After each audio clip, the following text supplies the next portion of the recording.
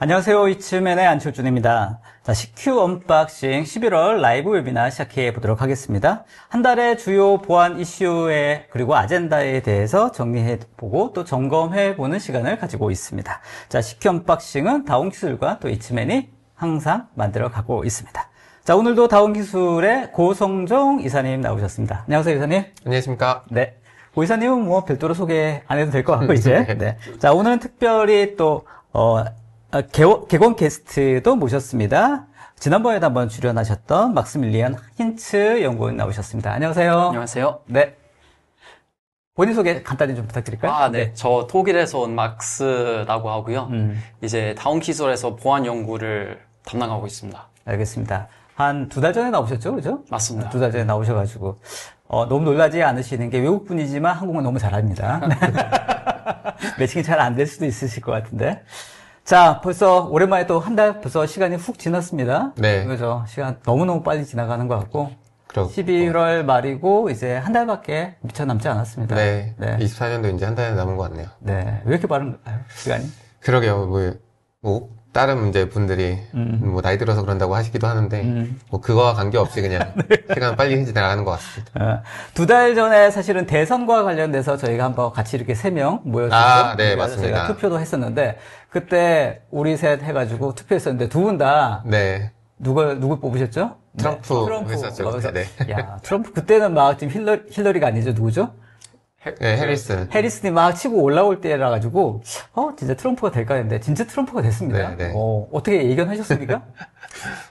저는 사실 트럼프 뭔가 좀 이길 것 같았어요. 네. 해리스 같은 경우에는 뭔가 인터뷰도 잘 안 하고 뭔가 본인의 포지션, 뭔가 좀 자기 주장 그런 것도 너무 약하고 그래서 트럼프는 약간 캐릭터 자체가 뭔가 좀 명확하죠? 네, 전형적인 정치인이 아닌 네. 약간 비즈니스맨이라 자기 자신 마케팅 잘 하더라고요. 네. 그래서 또 뭔가 이제 시민들 원하는 거 잘 뭔가 좀 캐치하는 그렇죠. 것 같고. 알겠습니다. 그래서 결국에는 아무튼 두 분의 선택이 다 100% 명중을 해서 그죠? 네. 놀랐습니다.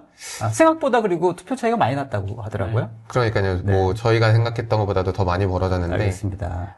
어쨌든 그거에 따른 변화들이 또 있을 테니까. 맞아요. 지난번에 저희가 이제 트럼프가 됐을 때 이제 사이버 보안 관련된 부분에서 어떤 변화가 있을지 그리고 어떤 부분을 준비해야 될지에 대해서 한번 정리를 했지 않습니까?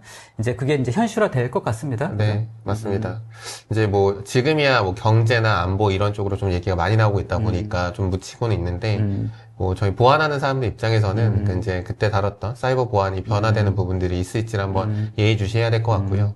지금 계속 이제 주요 직책자들 선정하고 있는데 그 가운데서 어떤 변화가 있을지도 저희는 한번 잘 봐야 될 것 같습니다. 알겠습니다. 하여튼 관련된 내용들 궁금하신 분들은 저희 CQ 언박싱 9월 편이죠? 네, 9월 달 거 보시면 관련돼서 대선의 결과가 어떻게 사이버 보안 쪽의 정책과 어떤 방향에 대해서 어떤 변화가 있을지 한번 정리를 해드렸으니까 한번 꼭 보시는 거 추천해 드리도록 하겠습니다.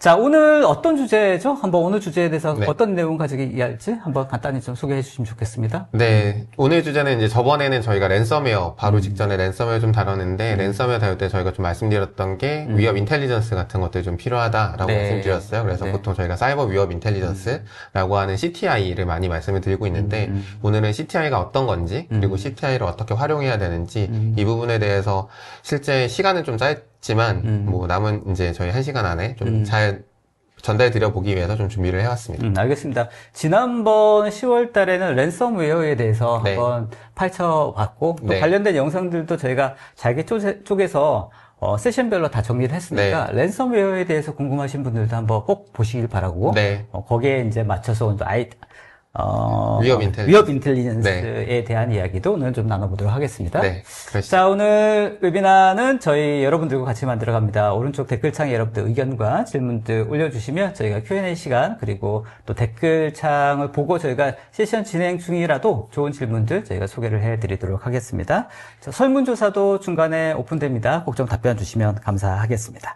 자, 이제 오늘 본격적으로 진행해 보도록 하겠습니다. 저희 CQ 언박싱의 첫 번째 세션은 다운기술의 이정현 대리의 그 11월 달 보안 뉴스 아젠다 정리부터 시작해 보도록 하겠습니다. 낭낭한 목소리로 11월 달엔 어떤 보안 아젠다와 뉴스들이 있었는지 정리하는 시간 가지도록 하겠습니다. 자, 이정현 대리 목소리 들어보도록 하겠습니다. 11월의 주요 보안 뉴스입니다.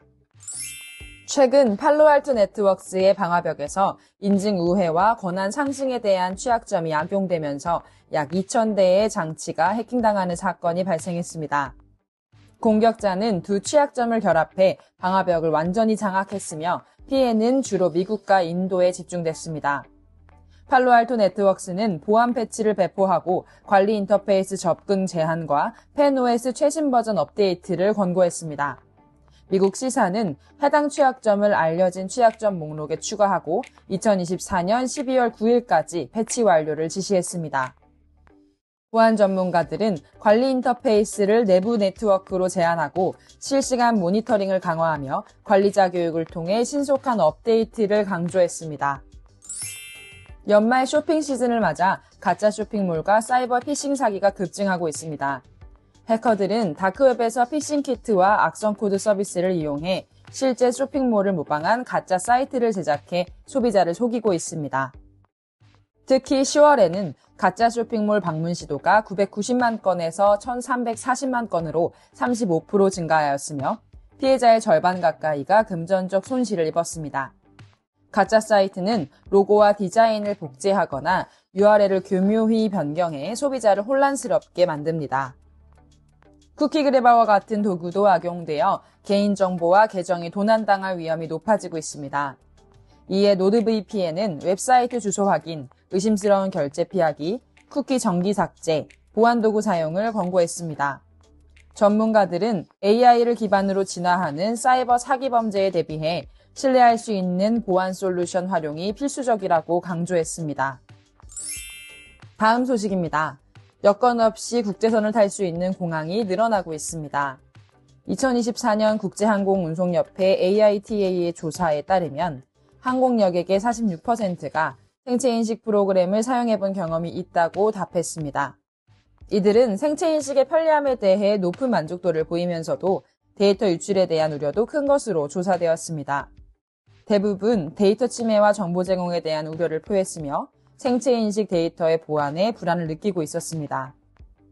그럼에도 불구하고 85%는 공항 절차를 빠르게 처리하기 위해 출국 전 여권, 비자와 같은 이민 데이터를 당국과 공유할 의향이 있다고 대답했습니다. 더 빠르고 편리한 서비스를 선호하는 소비자 경향에 맞게 더 믿고 사용할 수 있도록 보안에 대한 철저한 관리와 대응이 필요할 것입니다. 마지막 소식입니다. 국가의 중요 정보를 다루는 국회가 올해에만 약 6천 건의 사이버 공격을 받았으며 최근 5년간 공격 시도는 2.4배 증가한 것으로 확인됐습니다. 국회 사무처는 외국발 공격이 많으며 악성 IP들이 접속되지 않도록 사전 차단하는 등 선제적으로 대응하고 있다고 밝혔습니다. 국정원에 따르면 지난해 공공 분야에 대한 하루 평균 해킹 시도는 162만 건으로 이 중 80%가 북한 소행으로 분석됐습니다. 강승기 의원은 사이버 공격이 국가의 주요 정보를 노리는 정찰 행위에 해당한다고 지적하며 국회 사이버 보안을 강화하고 국정감사에서 보안 태세를 철저히 점검할 것을 강조했습니다.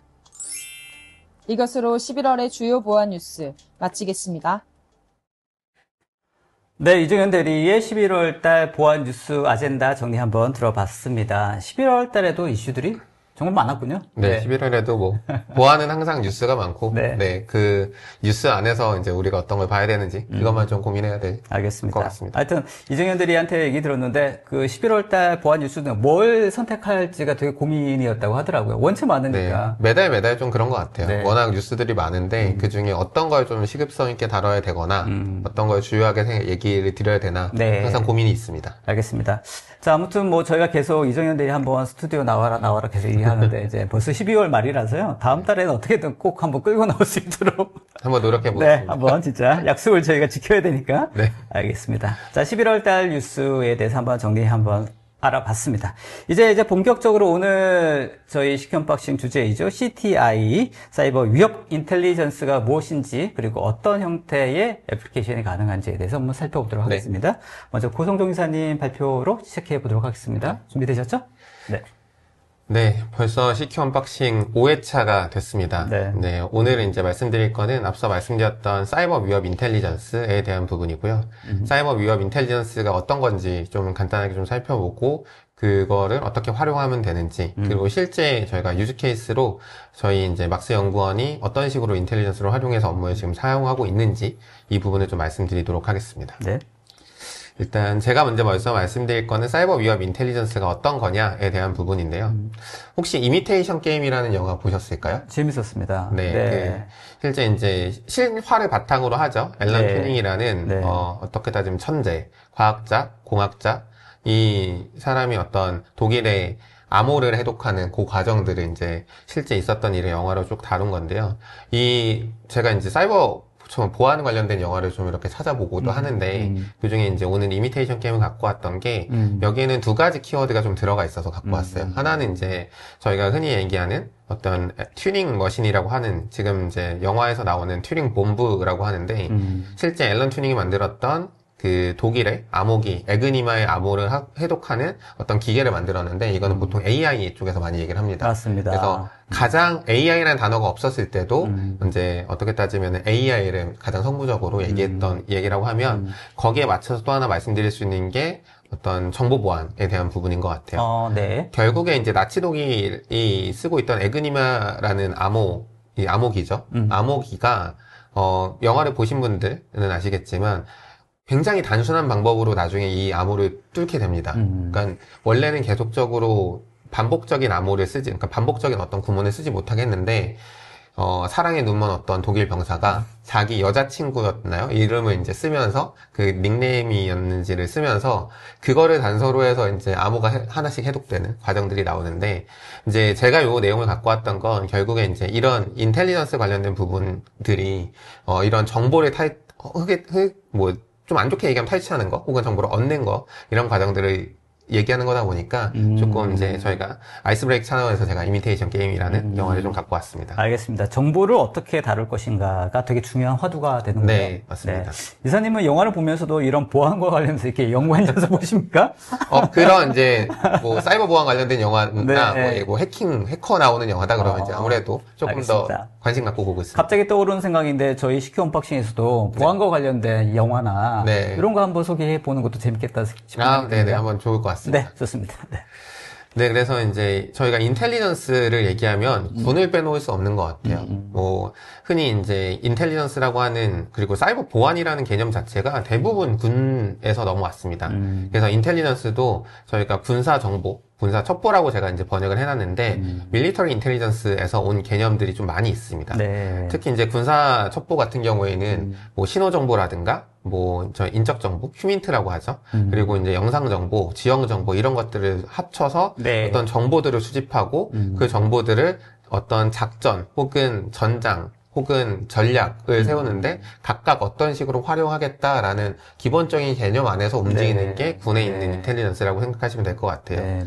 근데 이제 사이버 보안이 거기에 영향을 많이 받을 수밖에 없었던 이유 중에 하나가 사이버 보안이라는 것 자체가 저희가 흔히 얘기하잖아요. 해커들이랑 전쟁을 치르고 있다. 그렇죠. 그런 결과적으로 전쟁이라는 개념, 그리고 이제 어떤 전략이라는 개념을 이제 세워야 될 때 아무래도 이제 그런 실제 전장에서 쓰고 있던 라는 용어들이 이제 넘어오게 됐고, 그 중에 하나도 인텔리전스도 밀리터리 인텔리전스에서 넘어왔다라고 좀 많이 말씀드리고 있습니다. 그럼 보안에 관련된 어떤 용어라든지 이런 것들이 군사 용어에서 많이 온 게 많이 있겠군요. 네, 그러면. 오늘 말씀드리는 내용은 없겠지만 저희가 저번에 랜섬웨어 얘기를 할 때 사이버 킬체인 얘기했는데 사이버 킬체인도 사이버라는 단어를 뺀 킬체인이라는 단어는 군사에서 온 군사 용어거든요. 그래서 어떤 식으로 우리가 그러면 공격을 억제할 거냐에 대한 부분이 이제 킬체인이라고 보면은 이제 사이버 킬체인은 공격이 들어왔을 때 우리가 어떤 식으로 대응해서 공격이 임팩트 단계까지 안 갈 거냐, 뭐 이런 식의 이제 단어들인데 이제 그런 용어들이 굉장히 많은 용어들이 사이버 보안의 용어들이 다 이제 군에서 온 용어들이 좀 많이 있습니다. 그렇군요.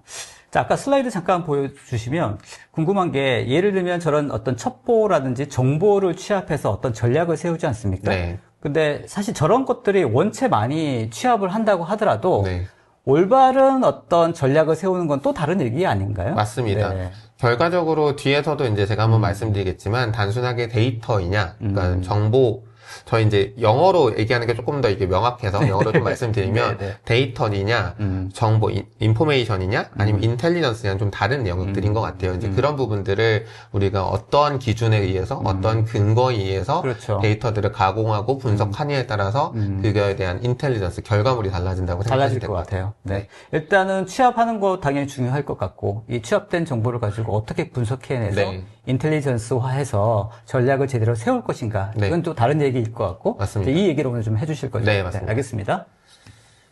네, 그래서 이제 사이버 위협 인텔리전스, 저희가 이제 오늘 얘기해야 되는 주제로 한번 넘어와 보면, 네. 사이버 위협 인텔리전스에 대한 정의를 여러 군데서 내리고 있습니다. 네. 제가 이제 크게 세 가지를 좀 갖고 왔는데, 네. 어느 정도는 시간 연대기 순으로 제가 좀 정리를 해놨어요. 그래서 맨 처음에 NIST에서 정의했던 거는 의사결정을 내리고 조치를 취할 수 있는데 어떠한 증거 기반의 지식이다 라는 식의 좀 단순한 형태였다고 하면 같은 원하는 시장조사 기관에서는 네. 거기에 이제 여러 가지 데이터들을 좀 더 넣었죠. 예를 들어서 회사용 위협이나 위협에 대응하기 위해서 증거 기반 지식으로서 뭐 상황이라든가 지표라든가 이런 조언 같은 것들 포함한다라는 식으로 이제 데이터를 좀 확장했고 네. 최근에 이제 유럽연합 네트워크 정보보안 기구에서 이제 얘기했던 거는 사이버 위협 행위자들의 동기, 그러니까 나를 공격하는 애들에 대한 동기, 그리고 의도, 그들의 능력, 그들의 지식 이런 것들에 입각해서 어떤 의사결정을 내리기 위해서 네. 내리고 효과적으로 대응할 수 있도록 지원하는 어떤 하나의 정보 체계 아니면 플랫폼 이런 식으로 이제 좀 얘기를 하고 있습니다. 네, 네, 네. 결국에 이제 사이버 위협에 대한 첩보를 수집하고 분석해서 조직의 보안 의사결정에 도움을 주는 것이라고 이제 좀 정보를 요약하면은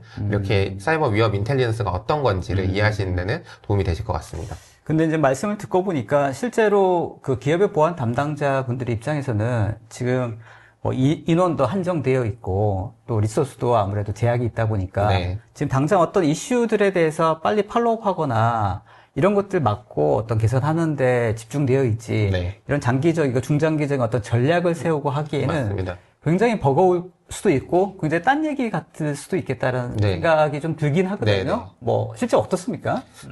실제 현업분들 입장에서는 위협 인텔리전스라고 하는 부분을 고민하시기에는 너무나도 업무들이 많으시죠. 말씀하신 대로 지금 대응해야 되는, 지금 당장의 어떤 문제점들에 대해서 대응하시는 게 좀 더 많다 보니까, 다만 조금 더 시각을 높인, 예를 들어서 어떤 CISO나 C레벨들, 아니면 리더급에 있는 분들 같은 경우에는 인텔리전스에 대한 요구사항들이 요즘은 많이 늘어난 것 같아요. 과거보다는 훨씬 많이 늘어난 것 같고, 심지어 이제 제가 취급하는, 그리고 제가 이제 취급하는 제품, 그리고 제가 같이 하는 고객사들도 불과 5년 전까지만 해도 인텔리전스는 돈 주고 사는 거 아니야 라는 생각 많이 하셨었는데, 그래요? 요즘은 한 개 혹은 복수 개의 인텔리전스를 운영해야 돼 라고 생각을 바꾸신 고객사들도 많이 있으시거든요. 결과적으로 그 안에 있는 어떤 정보들, 그 흔히 저희가 인텔리전스라고 하는 어떤 가공된 정보들을 우리가 어떤 식으로 전략적으로 사용할 수 있느냐를 이제 고민하시는 것 같고, 네. 그런 과정에서 조금 더 이제 그 단계들이 하위에 있는 이제 현업분들한테까지 좀 내려가는 과정이 있지 않나라는 생각이 좀 듭니다. 전략에 따라서 어떤 솔루션을 도입해야 될지 뭐 이런 그렇죠. 것들도 판단해야 되는 건가요? 그러면 네. 판단할 수 있는 건가요? 저희가 이제 흔히 전략이라고 하면 예를 들어서 공격자가 누군지, 나를 대상으로 하는 공격자가 누구고, 그 공격자가 칼을 쓰는지, 뭐 네. 총을 쓰는지, 네. 대포를 쓰는지, 이거에 따라서 내가 방어를 해야 되는 방어 내용이 달라지잖아요. 그렇죠, 그렇죠. 이제 인텔리전스가 없다라고 하면 칼부터 대포까지를 다 막는 방법을 그렇죠, 그렇죠. 고민을 해야 될 수밖에 아, 없는데, 네. 그러면 결과적으로 우선순위가 떨어지게 되고, 네. 그 우선순위에 따라 우선순위를 맞춰서 대응을 못하다 보니까 비용은 비용대로 투자하는데 효과가 안 나오는 상황들이 발생할 수 있게 됩니다. 이제 아무래도 국내 보안 시장이 그렇게 짧은 기간은 아니기 때문에 그런 기간 동안 그런 부분들이 이제 어느 정도는 이제 학습이 됐다라고 느껴지고요. 그런 것들을 이제 고민하시는 리더급들, C레벨 분들이, 그럼 우리는 어떠한 방식의, 어떠한 전략에 입각해서 정보 보안을 해야 되겠다라는 이제 전략을 구상하시는데도 인텔리전스를 사용하시면서 인텔리전스에 대한 수요가 조금 늘어난 것 같습니다. 그러니까 이사님 말씀 들어보니까 좀 더 명확해지는 것 같은데 왜 이런 전략이 필요하냐. 예를 들면 저희가 리소스가 충분해서 A부터 Z까지 모두 다 막을 거야. 네. 라고 하면 그렇게 할 수 있지만 그쵸. 실제 현실은 그렇지 않다는 거죠. 맞습니다. 그래서 우리에게 맞고 우리에게 어떤 우선순위에 따라서 보안 전략을 세우는지가 네. 어떤 한정된 리소스를 가지고 프라이어티 높은 것부터 막을 수 있는 네. 그런 정책을 세워나가는 게 되게 중요하겠다. 맞습니다. 그러려면 인텔리전스가 필요하다. 그쵸. 이렇게 생각이 되는 네. 거군요. 우리가 최우선적으로 해야 될 걸 모르고 하는 것보다는 안다라고 하면은 그런 것들을 어떤 식으로 우리가 솎아낼 거고 네. 그러면은 방어를 어떤 식으로 할 건지에 대한 네. 전략적 혹은 오퍼레이션적 이런 운영적인 것들을 다 포함해서 사용할 수 있을 그러면 것 같습니다. 어떤 그 외부의 어떤 변화도 필요하겠지만 내부의 어떤 방어의 현재 스테이터스가 어떤지도 그쵸. 이 인텔리전스의 어떤 데이터로 들어가야 되겠네요. 네, 그러면. 맞습니다. 알겠습니다. 점점 왜 사이버 위협 인텔리전스가 중요한지 점점 이제 가닥이 잡히는 것 같습니다. 네. 계속해 주시죠. 그럼 이제 저희가 위협 인텔리전스를 이제 얘기 드릴 때 위협 인텔리전스가 무엇으로 이루어져 있는지를 조금 이해하시고 보면 좋을 것 같아요. 일반적으로 저희가 인텔리전스라고 얘기했을 때가 좀 이게 한글로 번역하기 어렵다 보니까 한글로 번역 그냥 뭐 정보도 지식 뭐 이런 여러 가지가 나오던데 네. 저는 그래서 오늘 첩보라는 단어로 좀 정리를 했습니다. 좋습니다. 그래서 인텔리전스는 크게 세 가지 데이터, 인포메이션, 인텔리전스로 네. 되어 있는데 네. 이거를 조금 더 쉽게 말씀드리려고 네. 제가 요리랑 빗대서 좀 오늘 자료를 준비해왔습니다. 흑백 요리사 네. 보셨군요. 최근에 이제 흑백요리사 보고 좀 영감을 받은 것도 없지 않아 있습니다. 알겠습니다. 그래서 이제 요리를 빗대서 봤을 때 가장 이제 원초적인 데이터라고 하는 거는 가공되지 않은 원재료들, 흔히 얘기하는 식재료들일 것 같아요. 네네, 어떤 네. IP 주소라든가 아니면 도메인 이름이라든가 어떤 파일에 대한 해시 값들 이런 것들이 이제 어떤 원재료라고 볼 수 있겠죠. 좋습니다. 그럼 이런 원재료를 가지고 어떤 식으로 조리할 거냐, 조리법을 부여하는 게, 그러니까 흔히 의미를 부여하는 게 인포메이션이라고 네. 보시면 될 것 같아요. 예를 들어서 데이터를 가공하고 분석해서 봤더니 이 주소가 악성 코드 유포에 사용됐던 적이 있어. 혹은 사용되었던 도메인이 우리 피싱 공격에 이용이 되고 있어. 뭐 이런 식의 이제 의미를 부여하는 것들이 이제 인포메이션인 것 같습니다. 네, 네. 그리고 그 다음 단계, 최종적인 단계가 이제 완성된 요리를 만드는, 이제 저희 인텔리전스 기준으로는 인텔리전스, 첩보라는 단계일 것 같은데요. 결과적으로 앞서서 있던 데이터와 그리고 인포메이션을 잘 가공해서 분석하고 해석해서 이게 실행 가능한 어떤 지식 혹은 정보로 만들어지는 거라고 보시면 될 것 같아요. 여기에는 앞서 있었던 정보들을 포함해서 어떤 특정 공격 그룹이, 예를 들어서 특정 공격 그룹이 어떠한 전술, 어떠한 기술들을 사용하고 있는지, 절차를 쓰고 있는지, 이런 TTPS들을 정리하는 거, 그리고 어떤 취약점을 악용해서 우리를 공격하는지 혹은 주로 공격하는지, 그들이 대상으로 하고 있는 국가나 산업군이 누군지 이런 것들에 대해서 어떤 예측이나 대응할 수 있는 전략을 수립할 수 있는 어떤 하나의 큰 정보 플랫폼이 인텔리전스라고 생각하시면 될 것 같습니다. 알겠습니다. 이 요리에 딱 빗대어서 말씀하시니까 약간 군침도 돌고 네. 명확하게 이해가 될 것 같은데, 그러면 식재료를, 그러니까 데이터를 인포메이션화 시키는 거. 네. 이것도 어떤 툴이 있는 건가요? 아니면 이것도 담당자의 어떤 리소스가 투여돼서 인포메이션을 만드는 건가요? 아마 뒤에 이제 저희 막스 연구원이 하는 세션에 잠깐 내용이 들어가 있을 것 같은데, 저희는 이제 그런 거를 CTI 라이프 사이클이라는 과정을 통해서 네. 수집하고 분석하고 이런 것들을 반영하고 평가하고 이런 여러 가지 과정들을 네, 거치는 네. 프로세스가 있습니다. 네, 네, 네. 그런 프로세스를 통해서 일반적으로 CTI를 써야 되는데 어려우시잖아요. 그렇죠. 혼자 계시고 혹은 네. 조직이 얼마 없고 맞습니다. 그러면 이제 그런 것들을 하고 있는 어떤 CTI 플랫폼들을 사용하시는 것들이 하나의 대안이 되실 수가 있습니다. 알겠습니다. 그리고 말씀하셨던 것처럼 이 식재료, 그 다음에 조리법, 완성된 요리가 여기서 완결되는 네. 게 아니라 계속 사이클이 되는 맞습니다. 거군요. 네. 어떤 완성된 요리가 또 어떤 새로운 식재료 안에 데이터에 의해서 네. 다시 또 업데이트되고 맞습니다. 이제 그런 과정들이 계속 반복되어야겠네요. 네. 뭐 요리로 말씀드리면 예를 들어서 닭볶음탕을 만들었지만 네. 묵은지가 들어가면서 묵은지 닭볶음탕이 되면서 네. 새로운 메뉴가 나오잖아요. 그렇죠. 네, 그런 것처럼 저희가 다른 데이터가 들어오면서 네. 공격 그룹에 대한 정보가 넓어지거나 네. 확대되거나 네. 아니면은 저희가 흔히 클러스터링이라고 하는데 공격 그룹이 유사한 애들이 있으면 얘네 다시 묶어주는 작업들 네. 이런 작업들을 지속적으로 하면서 네. 공격자를 조금 더 특정하고 이 공격자에 대해서 조금 더 유사성을 분석해서 확실하게 공격의 유형을 파악하는 이런 과정들이 계속적으로 반복된다고 보시면 됩니다. 알겠습니다. 네, 그러면 이제 사이버 위협 인텔리전스를 활용하는 방법에 대해서 몇 가지 말씀드리려고 해요. 네. 그 중에 이제 첫 번째가 많이 보셨을 겁니다. 네, 이게 고통의 피라미드라고 하는 데이비드 비앙코라는 이제 연구원이 이제 구상했던 어떤 내용인데요. 저는 이제 이거를 이제 방어 전략을 구상하는 입장에서 어떻게 사용하실 수 있는지에 대해서 좀 말씀을 드리려고 합니다. 그래서 이게 왜 이제 고통의 피라미드냐라고 하면은 실제 가장 밑에 있는 단계에서부터 위에까지 단계를 봤을 때 어떤 단계별로 공격자, 해커 입장에서는 많은 노력과 어떤 리소스가 들어간다라고 생각하시면 될 것 같아요. 그러니까 고통이 증가한다라고 해서 이제 고통의 피라미드라고 보시면 될 것 같고, 방어자 입장에서도 위에 있는 정보를 얻기는 어려운데 얻어서 만약 그걸 방어에 사용할 수가 있다라고 하면은 조금 더 효과적으로 방어할 수 있기 때문에 그런 여러 가지 측면에서 이제 고통의 피라미드라는 이름이 붙여진 것 같습니다. 저 위로 올라가기 위해서는 훨씬 더 많은 페임이 필요하지만 네. 올라가서 보면 훨씬 더 많은 전략을 세울 수 있고 네. 많은 방어를 할 수 있고 효과적인 방어가 가능하다. 네, 맞습니다. 실제 저 올라가려면 힘든가요? 이제 말씀 한번 드려보겠습니다. 이제 밑에 보시면은 저희가 뭐 해시 밸류, 보통 이제 저희가 뭐 파일에 대한 해시 값들을 얘기하죠. 해시 밸류, 그리고 IP 어드레스, 도메인 네임 이런 것들이 좋아요. 어떻게 따지면 굉장히 공격자를 식별하는 데는 유용한 개념이긴 해요. 근데 이게 조금 이제 공격자 입장에서는 되게 쉽게 변환시킬 수 있고 방어하는 입장에서는 쉽게 변경되기 때문에 방어에는 좀 제한적인 어떤 인포메이션들입니다. 그러니까 많은 고객분들이 이제 인텔리전스를 도입하실 때 얼마나 많은 IP를 갖고 있냐, 얼마나 많은 해시값을 갖고 있냐라는 질문도 많이 하시거든요. 근데 그거는 때로는 좋은 대답이 아닐 수 있어요.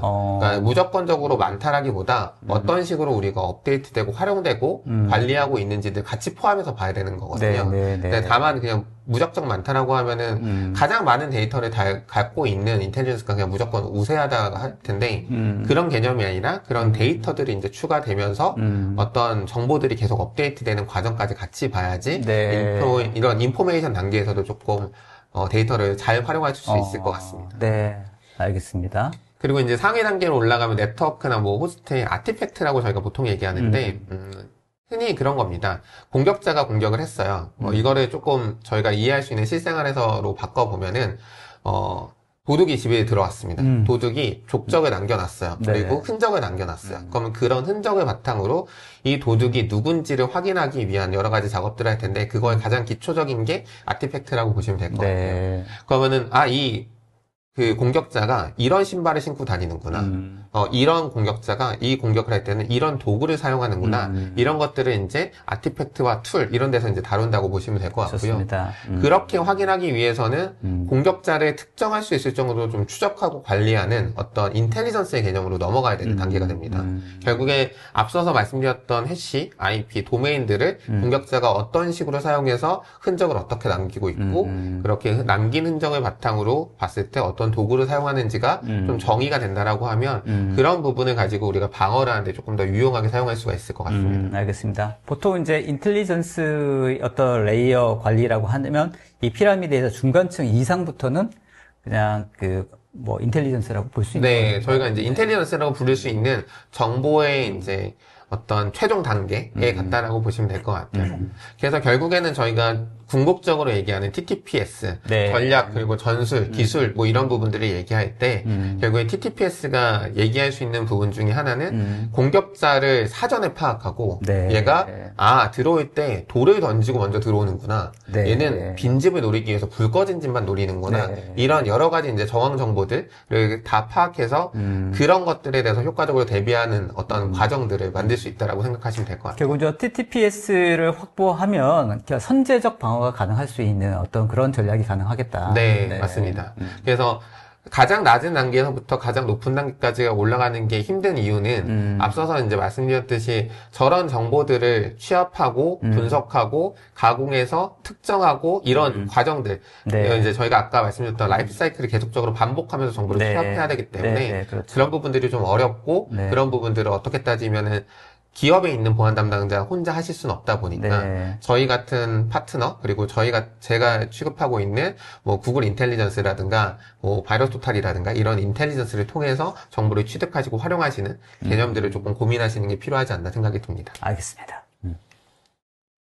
그리고 이제 그 다음에는 이제 저희가 인텔리전스를 아까부터 계속 전략적 이런 말씀드렸는데 전략적인 보안 계획을 어떻게 보안 계획을 수립할 때 어떻게 사용할 수 있는지에 대한 부분입니다. 네. 그래서 가장 밑에 이제 tactical이라고 저희가 얘기한 전술적인 단계를 한번 보면은 앞서 말씀드렸던 어떤 기술적인 절차들, TTPS들, 그리고 공격에 대한 구체적인 방법들, 이런 것들을 이제 제공하게 되는데, 인텔리전스 안에서. 그럼 이런 것들은 이제 저희가 흔히 뭐 심이라든가, 보안 장비들, 파이어월이라든가, 엔드포인트라든가, 아니면 SOC 분석가라든가, 이런 분들이 가지고 전술적으로 우리가 어떤 식의 공격들을 방어하는지, 이런 공격 패턴이 있으면 우리가 어떻게 방어할 거야?를 이제 활용하시는데 사용할 수 있다라고 보시면 될 것 같아요. 네. 그리고 이제 두 번째 오퍼레이션 단계로 넘어가게 되면 네. 단순하게 그냥 공격의 하나의 전술 혹은 공격의 절차를 보는 게 아니라 어떤 캠페인들이 일어나고 있는지를 보면서 그 오퍼레이션에 대응하기 위한 어떤 다양한 정보들을 이제 취합을 해야 됩니다. 예를 들어서 좀 오래되긴 했는데 여전히 뭐 많이 발생합니다. 한 5월 달쯤이면 국세청 사칭하는 피싱 메일들이 엄청 돌아다니거든요. 시즌이죠, 아주. 네. 예전에 이제 TA505라는 이제 공격 그룹이었고, 지금 이제 저희가 북한의 뭐 김숙희나 안다니엘 이렇게 특정을 하고 있는데, 그 공격 그룹들이 특정 기간 동안에, 그러니까, 얘네들, 한국은 요 시간대, 요 때쯤에 세금 신고하는구나. 그럼 요거를 타겟팅하는 어떤 하나의 캠페인을 만든다라고 보시면 될 것 같아요. 그럼 그런 캠페인을 이제 캠페인이 수행되고 있을 때, 그런 어떤 프로모션이 운영되고 있을 때, 우리는 그러면 어떤 식으로 대응해야 되는지에 대한 대응 정찰을 세우실 때, 이런 오퍼레이션 단계에 있는 다양한 정보들, 인텔리전스 정보들이 필요하게 됩니다. 그리고 이제 마지막 전략적인 단계 같은 경우에는 좀 거시적인 관점에서 우리 회사의 보안을 평가하고 그리고 우리 회사를 대상으로 하는 공격 그룹들을 기반으로 어떤 위험 요인들이 있는지 네. 최근에 유행하는 트렌드가 어떤 거고 그거에 우리는 어떤 식으로 대응할 수 있는지 이런 건 장기적이고 조금 중장기적인 보안 전략을 수립하는 데 사용하는 인텔리전스 레벨이라고 보시면 될 것 같고요. 여기에는 어떤 최고 경영자 네. 조직의 리더, 관리자 이런 분들의 내용들이 같이 들어간다고 보시면 이런 분들이 사용하신다라고 보시면 될 것 같아요. 알겠습니다. 결국에 오늘 이제 말씀드렸던 요 CTI 레벨 같은 경우에는 정보의 범위 그리고 추상화 수준에 초점을 맞춰서 다양한 레벨에 따라서 정보를 활용하고 이런 것들을 전략적으로 보안 계획을 수립하는데 도움을 주는 개념이라고 보시면 될 것 같고요. 앞서서 말씀드렸던 고통의 피라미드는 어떻게 따지면 방법론적이라고 하면 이 사이버 스레트 레벨이라고 하는 이 피라미드에는 어떤 전략적인 보안 계획 수립하는 데 참고할 수 있는 다양한 정보들이 있다라고 생각하시면 될 것 같습니다. 알겠습니다. 실제로 이런 사이버 보안 위협 인텔리전스의 어떤 솔루션을 도입을 해서 거기서 도출된 어떤 전략이라든지 어떤 방향에 대해서 실제 기업이 이거를 어느 정도 우리의 어떤 전략에 수용하고 네. 정책에 반영할지는 또 다른 얘기일 수도 있을 것 맞습니다. 같고 또 혹 뭐 예를 들면 솔루션이 뭐 한 가지는 아닐 거고 여러 가지 있을 텐데 각각의 어떤 인텔리전스 솔루션마다 또 다른 어떤 결론이 나올 수도 있겠다라는 생각도 들거든요. 그렇죠. 네. 보통 저희가 인텔리전스라고 하면은 글로벌 회사들만 해도 뭐 손가락에 10개 이상 꼽힐 것 같아요. 네. 근데 이제 그런 인텔리전스 회사들 모두 다가 각자의 위협의 관점에 따라서 위협 분석가들을 이용해서 분석을 하고 정보를 제공하고 있습니다. 기업 입장에서는 내가 그걸 다 하지 못하니까 이제 그런 보안 솔루션을 선택하셔서 이제 운영을 하시는 게 될 텐데 보안 운영 이제 선택하는 인텔리전스 회사마다 약간의 관점의 차이는 있겠지만 결국에 궁극적으로는 기업의 보안을 강화하는 입장이라고 보시면 우리가 그럼 그들한테 그 보안 보안 위협 인텔리전스를 제공하는 회사들한테 어떠한 정보를 받아서 활용할 수 있는지를 보시는 게 가장 급선무지 않을까 생각이 들어요. 알겠습니다. 결국 관련된 정보도 또 그것을 어떻게 취합해서 네. 어떤 것을 또 우리 전략에 적용할 것인지를 네. 거기에 대한 또 인사이트는 결국 이제 담당자의 어떤 또 노하우라든지 네. 담당자의 어떤 방향과 또 이게 맞아야 되지 않을까 이런 생각도 드네요. 맞습니다. 네. 그래서 오늘 이제 뒤에 저희가 유즈 케이스에서 말씀드리려고 하는 내용이 앞에서 저는 이제 보안 인텔리전스, 사이버 위협 인텔리전스가 어떤 거고 그리고 그거를 흔히 얘기하는 관점 기준으로 어떤 식으로 사용할 수 있다라는 것들을 좀 크게 말씀드렸으면 실제 보안 위협 인텔리전스를 사용하고 있는 저희 연구원 입장에서 고객분들한테 어떤 가치를 드릴 수 있는지를 조금 실사례 유지 케이스를 통해서 좀 말씀드리려고 그런 것들을 좀 준비했다라고 이해해 주시면 될 것 같습니다. 알겠습니다. 자, 사이버 위협 인텔리전스 CTI가 뭔지에 대해서 한번 전반적으로 살펴봤다고 하면 말씀하셨던 것처럼 이 CTI를 실제로 어떤 식으로 활용할 수 있고 어떻게 어플리케이션 할 것인지에 대한 이야기 나눠보도록 하겠습니다. 이 부분은 우리 막스 연구원님께서 좀 준비를 해주셨죠? 네. 시작해 주시면 되겠습니다. 네. 네, 그래서 저는 오늘 사례 딱 2개 준비했는데요. 첫 번째는 약간 좀 C 레벨이신 분들 위한, 그리고 좀 매니저를 위한 유스 케이스이고, 그리고 두 번째는 이제 제가 다운 기술 이제 다니면서 직접 어떻게 CTI 활용하고 어떻게 사용하고 있는지에 대한 사례입니다. 특히 이제 댓글 좀 보고 있었는데 이제 CTI 뭐 어떻게 활용하고 네. 만약에 활용하려면 어떻게 준비해야 하는지 그런 질문 많이 올라오던데 네. 그래서 아마 여기 그 두 번째 사례가 아마 시청자분들 많이 좀 좋아하실 것 같아요. 좋습니다. 네, 그래서 첫 번째는 아까도 그 SOC 썩 분석가 얘기가 잠깐 나왔는데 네. 그리고 저도 이제 첫 번째 사례는 이제 관련해서 말씀드릴 건데 여기 이제 또 C레벨이신 분들하고 매니저들에게 가장 중요한 거 돈 네. 그리고 시간. 시간. 그래서 여기 이제 핵심 질문이 그래서 CTI가 어떻게 시간을 좀 아껴줄 수 있는지 아하. 결국엔 시간이 네. 돈이기 때문에 그렇죠. 그래서 이번엔 이제 그 SOC 분석가 입장에서 얘기할 건데, 네.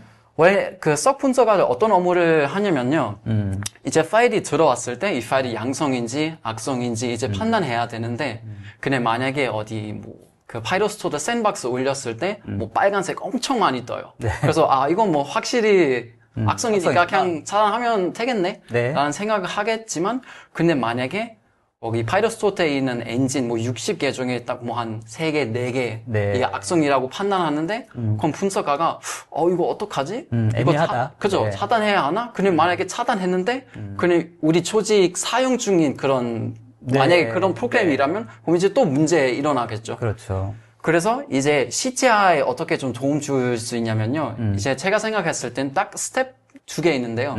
첫 번째는 그런 관련 뭐 파일이나 얼럿 발생했을 때 일단 우선순위를 정해야 돼요. 네. 그래도 근데 어떤 파일부터 이제 분석해야 하지? 네. 그런 고민을 엄청 많이 할 거예요. 특히 이제 기업이 크면 클수록 네. 파일량이 엄청 많을 거예요. 맞습니다.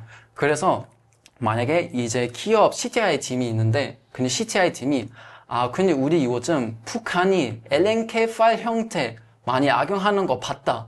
너희는 이거부터 좀 보면 좋을 것 같다. 아하. 이렇게 얘기해 줄 수 있고, 그럼 네. 분석가도 이제, 오케이. 그러면 LNK 파일부터 한번 봐봅시다. 오케이. 그래서 이거 이따가 좀 방어 대세라는 말이 나올 건데, 네.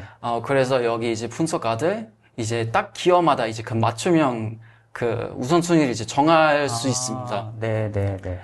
그래서 이제 그 세컨드 스텝 넘어가자면요. 여기 이제 그 그레이존이라는 파일 방금 나왔던 그 약간 애매한 파일들이 있는데요. 그레이존이라고 얘기하는 거군요. 네, 그래서. 그렇죠. 그래서 네, 여기 네, 네. 이제 오른쪽에 저희가 이제 그 죄송한데 이거 화면 좀 크게 좀 감사합니다. 네, 그 오른쪽에 저희가 이제 그 판매하고 있는 그 구글 Threat Intelligence인데요. 네. 여기는 이제 북한 APT43에 대한 그런 뭐 IOC 인데요. 네. 그래서 맨 위에 보면은 이제 뭐 update 4 days ago이라는 문장이 나오는데 네.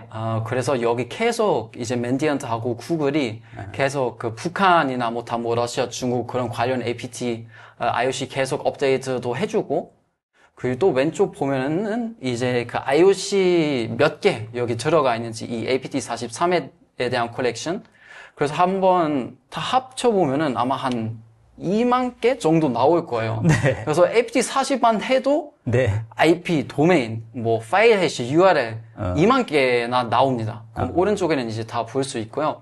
그리고 이제 그 일반 바이러스 툴들이랑 다른 게 이제 구글 Threat Intelligence는 그 맨디언트 Threat Intelligence랑 이제 합쳐졌기 때문에 예를 들어 어떤 IP나 뭐 파일 검색했을 때 그리고 이 파일이 만약에 뭐 APT43 악용 뭐 그런 기록 만약에 있다면 거기 이제 바로 뜰 거예요. 그래서 여기서도 이제 바로 분석가가 이제 우선순위를 정할 수 있어요. 만약에 APT43 태그가 있어요. 그럼 그거부터 봐야겠죠. 얼마나 그렇죠. 위험한데. 그렇죠. 그렇죠.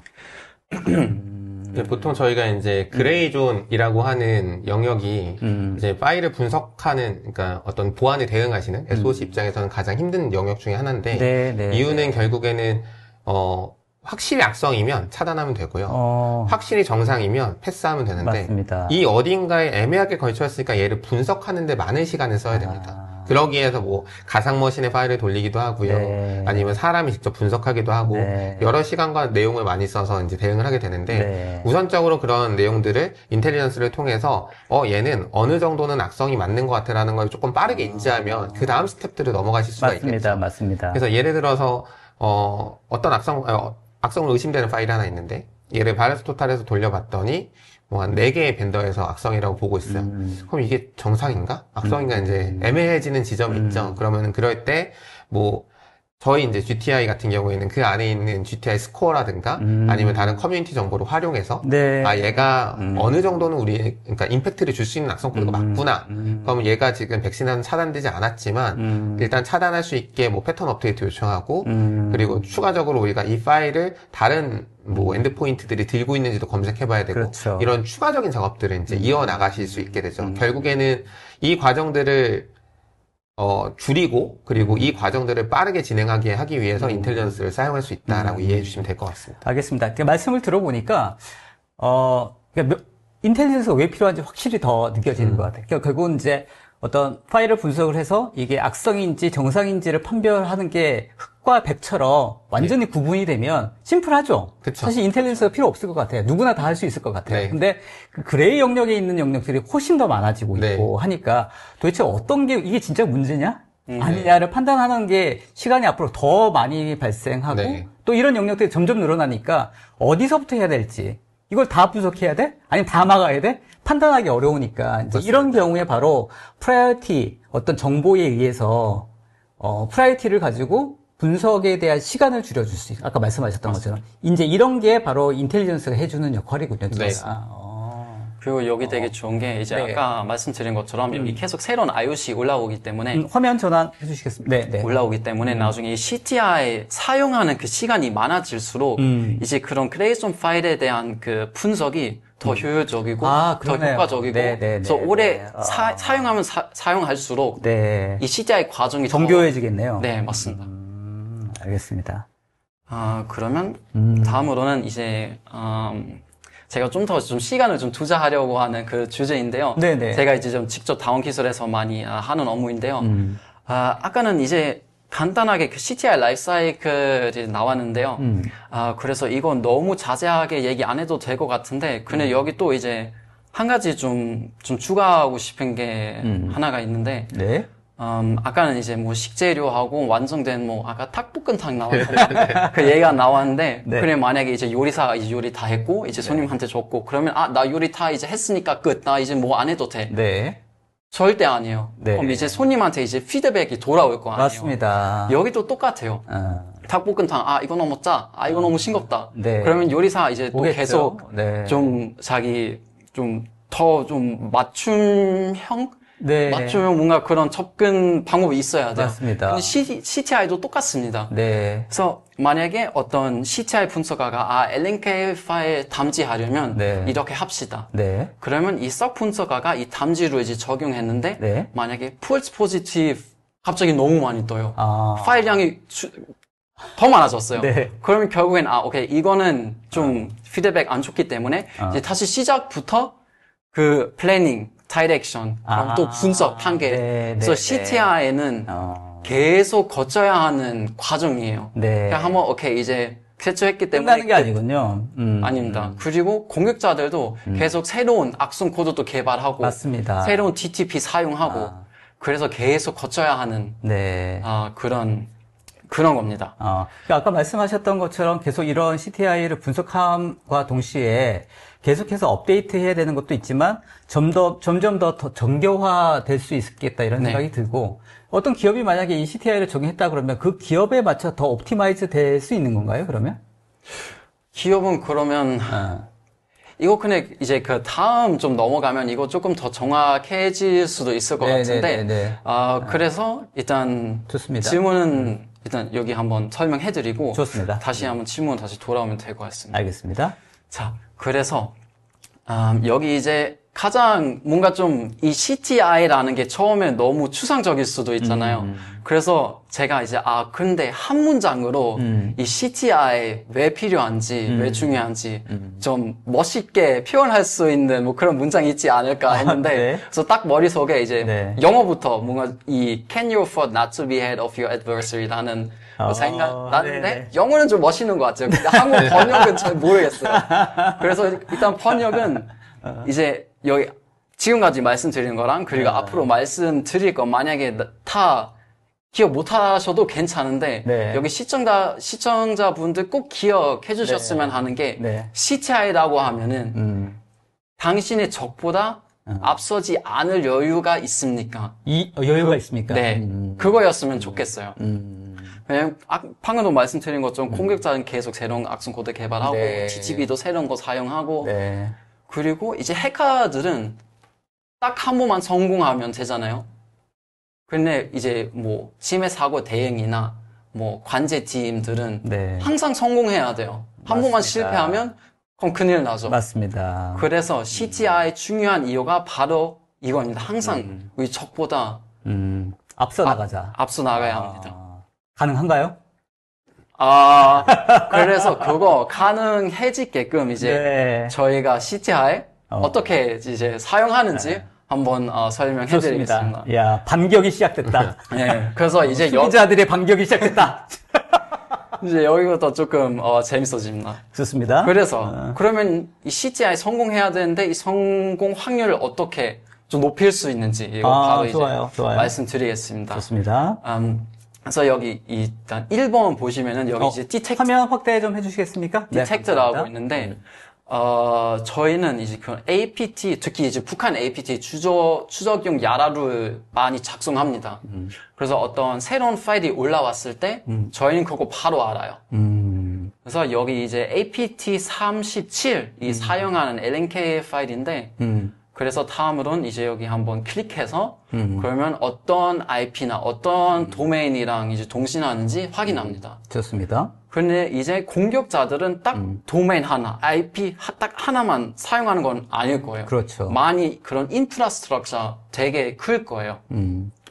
그러면 저희는 이제 여기부터 이제 CTI 시작입니다. 그래서 다음으로는 이제 헌트, 이제 사냥.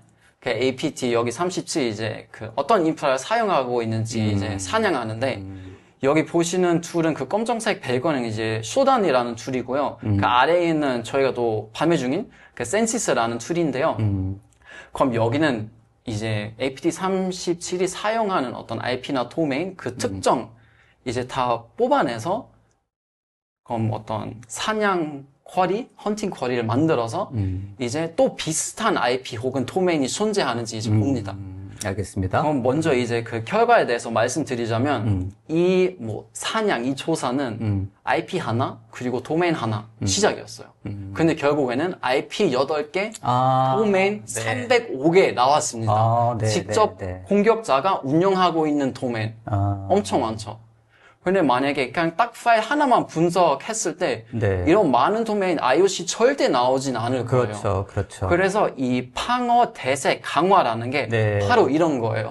어떤 공격자가 자기 인프라스트럭처를 활용하기 전에 우리 그 네트워크를 포함하는 사람들은 이거 먼저 찾아내고 이해하고 그래야만 이제 감지도 할 수 있고 방어할 수 있고.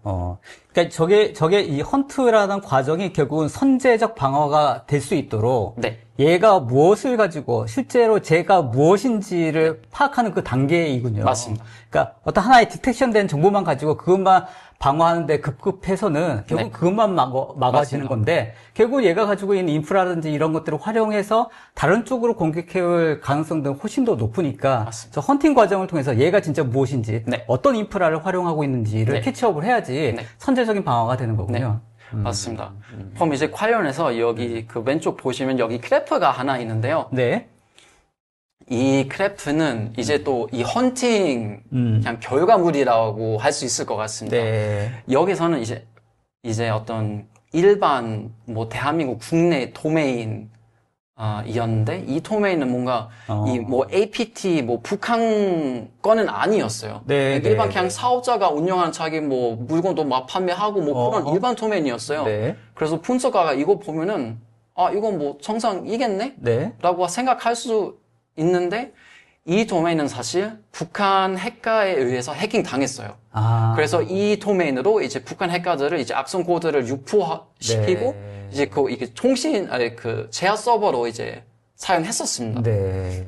그러면 또 이제 좀 봤는데 또 어떤 파일 그 서버랑 동신하는지. 네. 그럼 이거 딱 이번에 그 APT45 악성 코드였습니다. 걔네가 이제 직접 만드는 악성 코드도 있었고, 그리고 뭐 GitHub 같은 홈페이지 콘게트에 있는 악성 코드도 같이 있었어요. 어떤 C2 프레임워크나 네. 뭐 메타스플로이트도 있었고, 네. 아니면 푸티라는 툴도 있었고, 그래서 여기는 이제 그 공격자에 대한 그 그림이 뭔가 그 얼굴이 이제 그려질 거예요. 네. 어떤 공격자인지, 네. 어디에서 뭘 호스팅하는지, 네. 어떤 악성 코드 사용하는지. 네, 네, 네, 네. 그러면 이제 자동적으로 행동할 수 있습니다. 이제 공격자에 대한 모습, 이제 머릿속에 그려지기 때문에, 그러면 이 공격자가 이런 거 사용하고 있기 때문에, 이런 탐지를 만들어야겠다. 그리고 발견했으니까, 우리 침해 사고팀한테 연락해서, 혹시 우리 네트워크 안에도 이런 흔적 있는지 한번 봐주세요. 네, 네. 그래서 이 CT라이라는 게, 네. 그냥, 커뮤니티예요. 네. 그냥 이제 한 사람 말 혼자 하는 게 아니고 이제 뭔가 발견해서 또 얘기하고 네. 같이 하는 거예요. 네. 그러면 이제 마지막으로는 이 모든 그 정보를 수집해서 네. 이제 여기 완성된 요리가 나옵니다. 보고서. 알겠습니다. 네, 이 범인의 몽타주가 그려진 거네요. 네, 이건 되게 뭐 좀 자랑하고 싶은 게 하나 있는데요. 네, 네. 저희 타운 기술은 그런 헌팅 같은 거 좀 빠르거든요. 그래서 여기 보시는 그 크래프 네, 네, 관련 크래프? 보고서 네, 이미 크래프. 8월 말 네. 나갔었어요. 근데 큰 벤더들은 이거 네. 2주 전에 캐치했어요. 진짜. 그래서 저희 타원 기술은 네. 좀 빠르다. 저희는 좀 우리 좀 인텔리전스하다. 우리 좀 하죠. 알겠습니다. 그렇죠. 결국 이제 저렇게 실제 저런 디텍트한 단순한 정보만 가지고 대응하다 보면 결국은 그렇게 앞단에서 그런 것들만 계속 하다가 지쳐나가는 거죠. 네. 그래서 공격의 앞에 있는 것들만 막다가 급급해가지고 다른 중요한 것들을 놓칠 수 있는데 네. 저걸 통해서 헌팅이라고 해서 다른 어떤 루트로 공격할 수 있는 것들은 무엇인지를 네. 찾아내고 이걸 종합적으로 해서 범인의 몽타주를 걸어서 얘는 이렇게 공격할 것 같아 해서 선제적으로 방어할 수 있는 네. 전략을 만들어 나간다.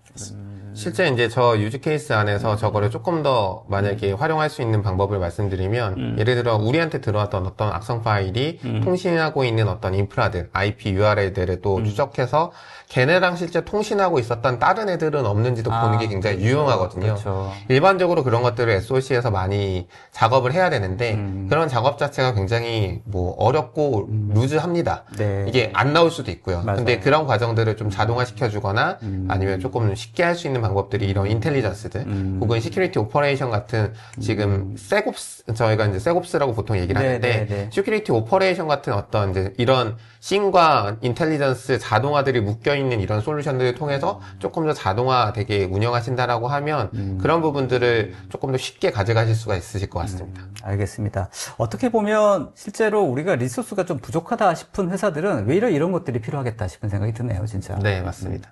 좋습니다. 자, 마지막 슬라이드 하나 더 남아 있으시죠? 네. 네, 그래서 이건 좀 CTI에 대한 오늘 그 세션을 준비하면서 하다가 이 글을 봤는데 뭔가 네. 좀 바로 그냥 와닿더라고요. 뭔가 좀 네.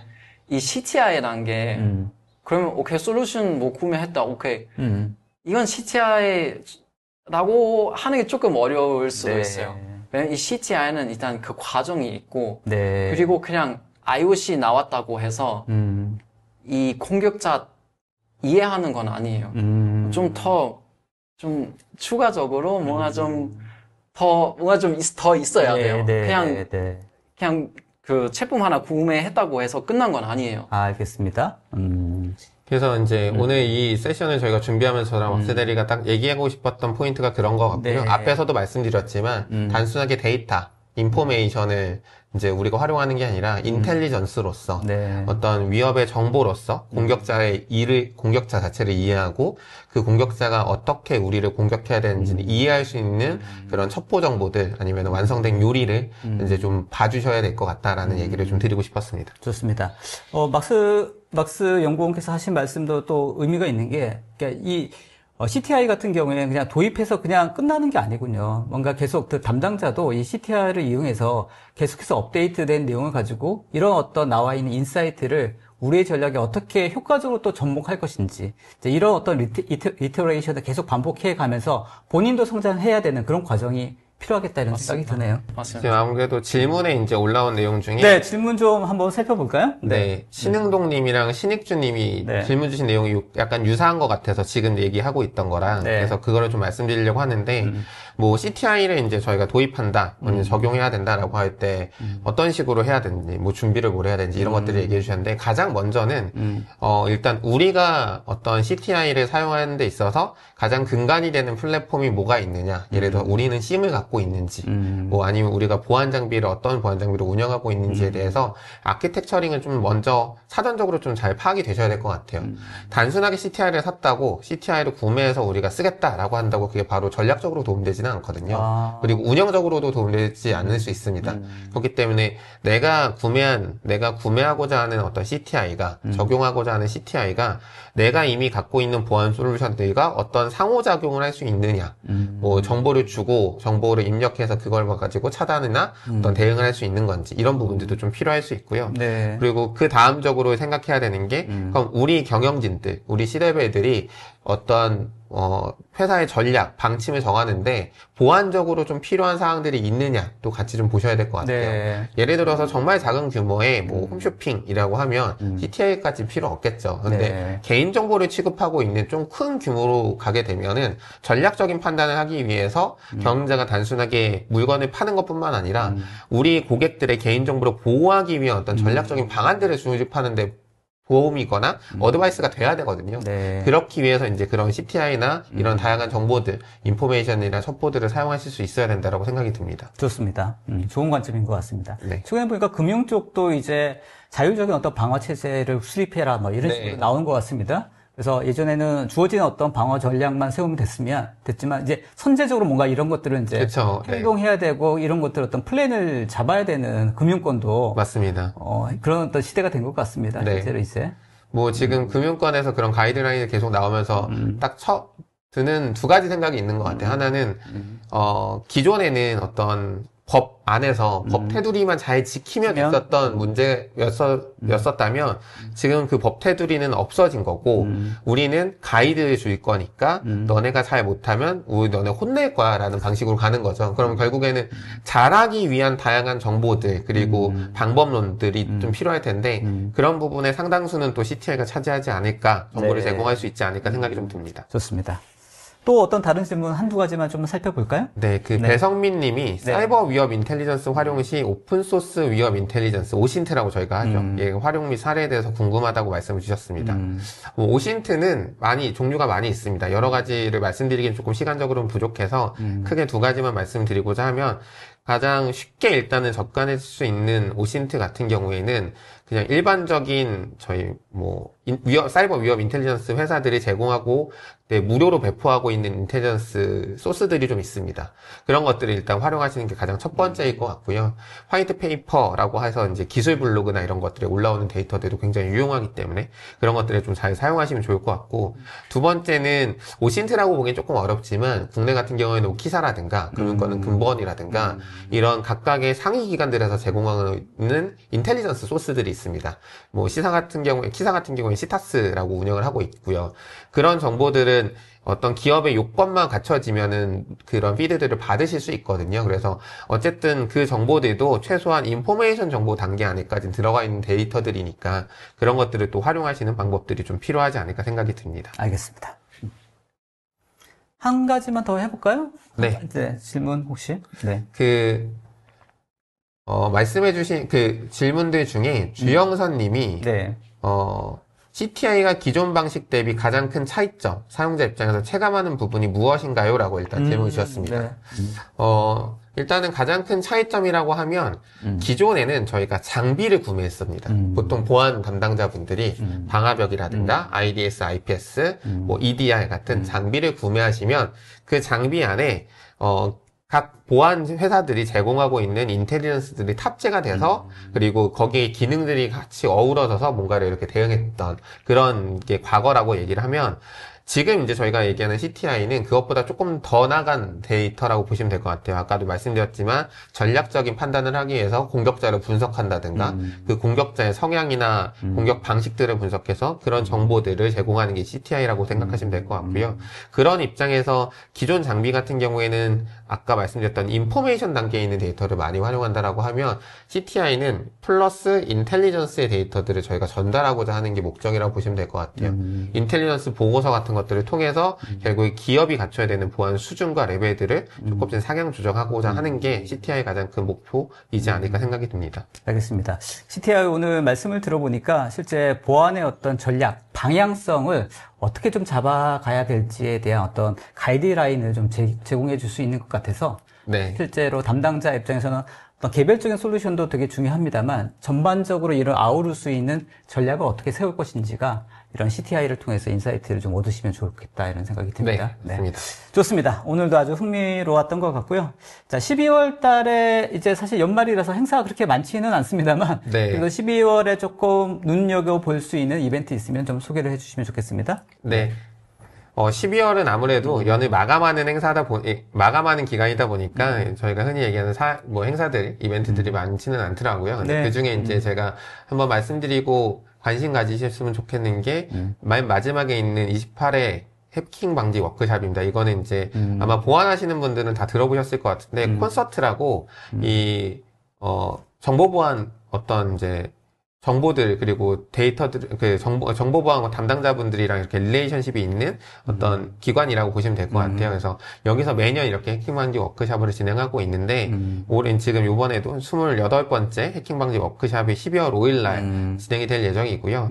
이 해킹 방지 워크샵 내용은 이제 참관하시는 것 자체는 무료다 보니까 아마 관심 있으신 분들 많이 참석해 주시면 될 것 같고 다양한 트랙들에서 다양한 업계 분들 그리고 전문가 분들이 나오셔서 다양한 인사이트를 주실 수 있는 내용들이 네. 많으니까 한번 참가해 보시면 좋을 것 같습니다. 알겠습니다. 자, 12월 달에도 뭐 많이 있지는 않습니다만 그래도 눈여겨볼 만한 그런 이벤트 소개해 주셨고요. 저희 CQ 언박싱도 이제 올해 한 번 더 남았죠? 네, 올해 한 번 더 남아 있습니다. 12월 저희가 27일입니다. 네. 12월 27일 금요일이고요. 또 관련돼서는 아직 아젠다를 좀 고민하고 계시죠? 네, 일단 지금 생각하고 있는 아젠다는 24년도 마무리하고 25년도 전망에 좀 고민하고 있는데 네. 혹시 중간에 다른 아젠다가 나올 수 있으니까. 네. 알겠습니다. 혹시 저희 설문조사 진행되고 있는데 다음 웨비나 때 저희 CQ 언박싱 때 어떤 내용으로 좀 했으면 좋을지에 대해서도 의견도 남겨질 수 있으니까요. 그런 의견도 저희가 반영해서 네. 검토해 보도록 하겠습니다. 참고해 보겠습니다. 자, 우리 억스 연구원님 오랜만에 나오셔가지고 네, 좋은 인사이트 감사합니다. 아까 특히나 원래는 고 이사님 회사 얘기 잘 안 하는데 딱 회사 얘기하시면서 자랑스럽게 얘기를 하셔가지고 굉장히 인사이트 있었습니다. 종종 나오시고 또 관련된 정보 있으면 또 알려주시면 좋겠습니다. 좋습니다. 자, 오늘 두 분 수고 많으셨고요. 다음 저희 CQ 언박싱 때 또 인사드리도록 하겠습니다. 네. 자, 눈이 엄청 많이 오는데 하여튼 여러분들 오가면서 출퇴근 조심하시고요. 주말 좀 푹 쉬시고 다음 주 또 활기차게 12월 맞이하시고 저희 12월 마지막 주 금요일 12월 27일 날 금요일 오후 2시에 또 CQ 언박싱 올해 마지막 시간으로 찾아뵙도록 하겠습니다. 자, 오늘 끝까지 참여해 주신 여러분 감사합니다. 자, 수고하셨습니다. 수고하셨습니다. 네, 감사합니다.